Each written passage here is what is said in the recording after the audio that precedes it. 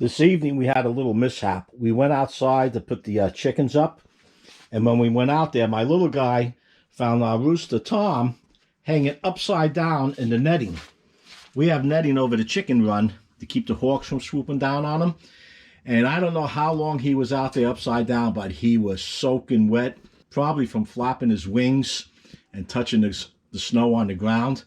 Well, when he was holding him, I didn't know if he was dead or alive. He looked like he was dead. But we cut him loose, put everybody away, and I decided to take him in for the night.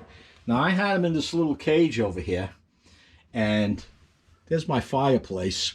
When I have the blowers on, it sucks air from the bottom, and you get a draft on the floor. So I put a couple of logs on the ground to keep this cage off the ground, to keep the draft off him because he's wet. Well, I went upstairs to have dinner. I came downstairs. He knocked the cage off the logs.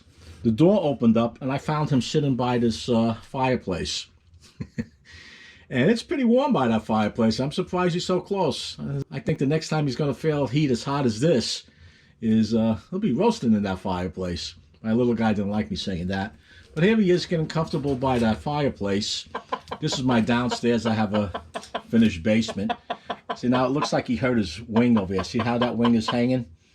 So tomorrow we'll take a better look at him. He's drying out a little bit now. He was drenched. It looked like somebody just dumped him in a pot. Yeah, he hurt that wing. Yeah.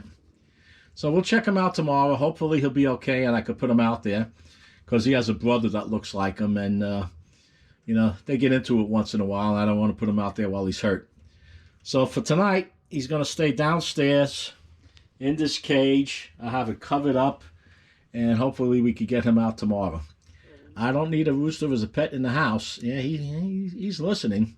We had this guy now. It's going on about just shy of 3 years or just 3 years. And he is somewhat of a pet, but not for in the house.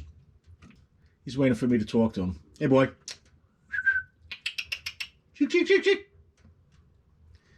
Yeah, he's a loud one when he starts going. I won't have to set the alarm clock for tomorrow morning. Here comes Cookie.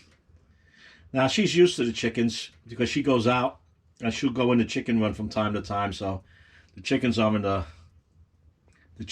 anything new for her. I'm sure she would like to chase this guy around the house a little bit.